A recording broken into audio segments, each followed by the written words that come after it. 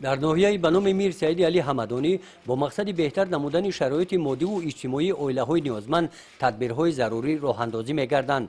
در دایره همین چاره‌بینی‌ها و پیشنهاد ریاست کار با زنان و عائله مقامات اجرایی حاکمیت دولتی ولایت ختلان روزهای اول ماه سپتامبر با اقدام بخش کار با زنان و عائله مقامات اجرایی حاکمیت دولتی ناحیه حمدانی تحت عنوان دستگیری عائله‌های نیازمند جهت ذخیره مواد خوراکه اکسیه گذرانده شد.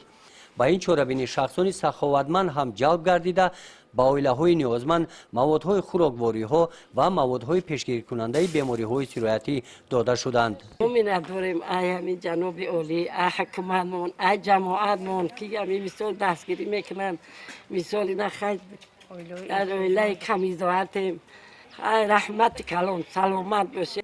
همین گونه اکسیه ها در دیگر محله های جماعت های دهات این ناحیه گذرانیده شده.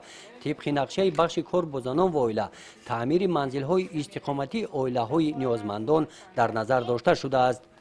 گزارش خواجه نظریف خدای نظر ظهوروف از ناحیه به نام میر سعید علی حمدانی برای برنامه اطلاعاتی نوید.